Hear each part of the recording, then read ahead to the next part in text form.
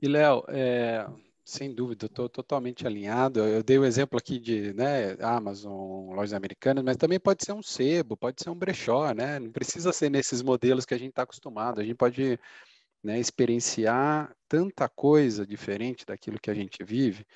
E aí, olhando para o Creator Economy que você citou agora, que a gente tem uma questão que eu, pelo menos, tenho sentido e percebido um pouco nas redes, muito conteúdo ruim fazendo sucesso, tá? Gerar conteúdo ruim, tudo bem, todo mundo pode gerar. Agora, muito conteúdo ruim fazendo sucesso, viralizando. é, Acho que aqui também é óbvio que entra aquela. Se a pessoa não tem muito conteúdo, como que ela pode criticar aquilo que está chegando para ela, né? Então, recebi um videozinho no WhatsApp, repasso, não sei se é verdadeiro, se é uma fake news ou não, se é uma deep fake, né? Que a gente já tem que começar a falar de deep fake. Vi de exemplo do vídeo que fizeram do Zelensky, né? Que era uma mentira, era uma fraude, mas era como se ele estivesse falando, entregamos, né, a guerra. Isso é uma deep fake, vai chegar, vai estar nas eleições agora, provavelmente, e vai estar em qualquer lugar. Tá nos Mas tem gente filmes, que não né, vai ter Thiago? esse, não vai ter Tá esse nos filtro. filmes, Já né? tá nos Tá nos filmes, é filmes. verdade. Tá nos filmes. Exatamente. Tá nos As filmes. imagens que são criadas, que são de mentira e tudo mais. Essa criação de conteúdo ruim, né? Como que eu desvio disso? Como que né? Tudo bem, a gente já falou, a gente tem que ser o próprio filtro, né? Daquilo que a gente consome. Mas tá aí, e é isso que viraliza. Como que eu acho um bom canal? Como que eu encontro esse bom creator para falar, não, é aqui que tem um bom conteúdo e faz sentido eu acompanhar. Pois é, eu vou ter que voltar à mesma resposta lá de trás. O grande problema está nas pessoas, em nós todos, tá? Por que que determinado, para não citar nomes aqui, né, com gentileza às pessoas e aos creators que usam desse tipo de lado vazio, né, e a gente sabe que existem, estão por aí, né, quem entende um pouquinho sabe quem são. O problema é que a sociedade está rasa. Talvez esse podcast aqui poderia ter 1 milhão de inscritos, eu espero e torço muito para que tenha, rapidamente, e para que a cada postagem de vocês a gente tenha 200, 300 mil pessoas assistindo, porque retroalimentar as coisas boas é o melhor dos mundos.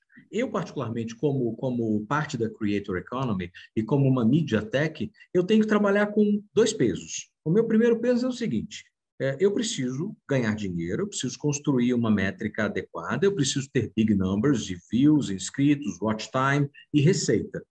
Legal. Como é que eu faço isso? Bom, eu tenho que ter, e eu não trabalho com personalidades, eu trabalho com creators profissionais. Esses creators profissionais, eles têm conteúdos que trazem qualificação, trazem uma contrapartida à sociedade.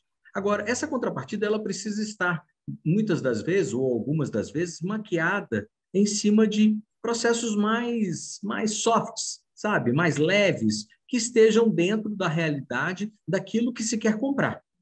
Eu não vou vender macarrão se o meu consumidor quer comprar beterraba. Não faz sentido, né? Mas se eu entendo que ou a beterraba ou o macarrão vai fazer melhor para a saúde, caso a segunda vai fazer melhor para a saúde, eu tenho que tentar conduzir algum raciocínio para criar estratégias para vender a beterraba. Mesmo que eu tenha que dizer que ela é um tipo de sangue que vai entrar dentro apertado, né, amassado ou triturado, ou seja, como for, ela vai ser parte de um hambúrguer vegano.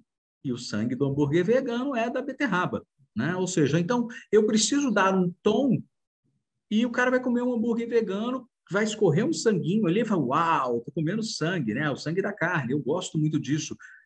Então, assim, a gente vai ter que usar muita criatividade, né? E, assim, eu falo isso para os meus pares que, porventura, nos escutem aqui, nos assistam aqui, que a gente precisa, sim, e existe um papel e uma responsabilidade de quem tem na mão a mídia, seja ela qual for, e a MediaTek é uma grande estrutura de mídia, talvez a mais poderosa, mais poderosa, inclusive, do que as mídias, do que o Quarto Poder anterior, Exatamente por causa disso, porque efetivamente nós presidentes foram eleitos a partir do impacto da mídia, países entraram em bancarrota em função do impacto da mídia, e a Mediatek ela Saíram da tem União essa Europeia, o responsabilidade. impacto da mídia. Exatamente. Então, assim, as Mediateks têm essa responsabilidade. Você falou muito bem, elas têm essa responsabilidade, elas precisam exercer. Agora, efetivamente, eu bato muito que se o cidadão quiser continuar recebendo conteúdos duvidosos, e é ele quem vai assistir isso, é difícil você mudar essa realidade. A gente muda isso com cultura, com educação, né, com sabedoria. E isso é um movimento, e é por isso que eu impacto tanto que as pessoas precisam construir um pouco mais e acomodar mais coisas nas suas gavetas. Porque se elas ficarem acomodando só um tipo de produto, só dentro de uma bolha, a gente vai continuar tendo os mesmos resultados. Ah, eu tenho uma lógica que vai sempre por esse caminho. Ah, mas eu sempre fiz assim. O que aconteceu com essas pessoas? Perderam o emprego.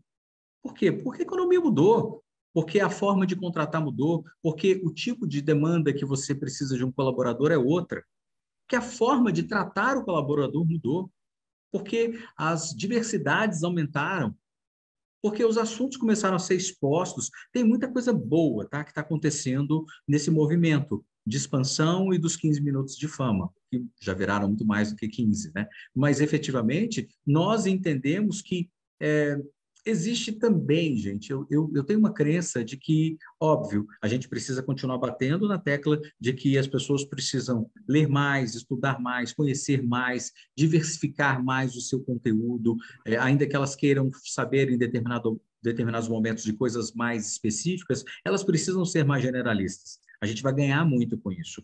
Por outro lado, a gente sabe que as pessoas precisam construir uma cadência em cima de temários que vão ser possíveis dentro daquela linha rasa ou não que elas têm na própria sociedade.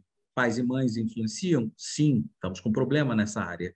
A escola influencia? Sim, estamos com problema nessa área. A que ponto nós temos a nossa rede social e a que ponto nós temos a nossa educação continuada?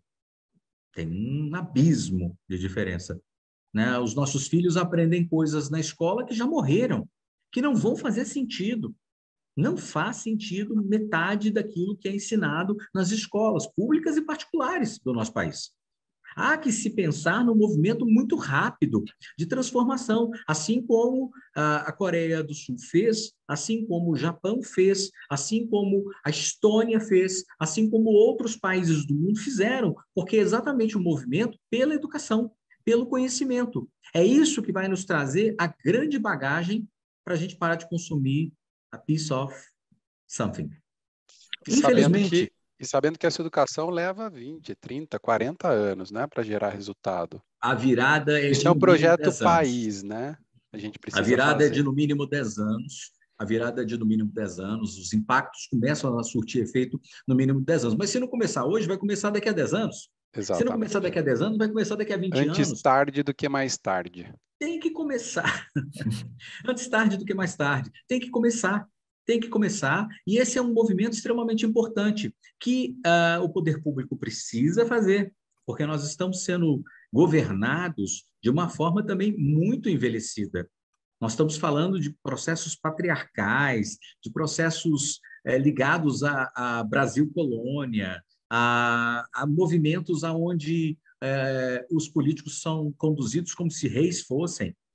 São servidores públicos como quaisquer outros. E aí outras tantas entidades também vivem esse mundo nababesco de glamour, de dinheiro, de poder, que não vai levar a nada, enquanto isso a população está descendo uma ladeira perigosíssima, enquanto outros países, né, não vou discutir aqui que nós temos muitas coisas que nos diferem positivamente em relação a outros países que perderam movimentos também, e o Brasil conseguiu se destacar durante as 2, 3 últimas décadas de uma forma brilhante em várias áreas, né? Mas efetivamente nós estamos vivendo um momento onde nós precisamos fazer mais rupturas com um passado que não mais nos pertence.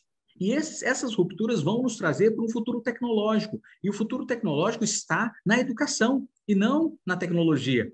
A tecnologia é meio, pessoal. Meio. Ela não é fim, nunca será fim.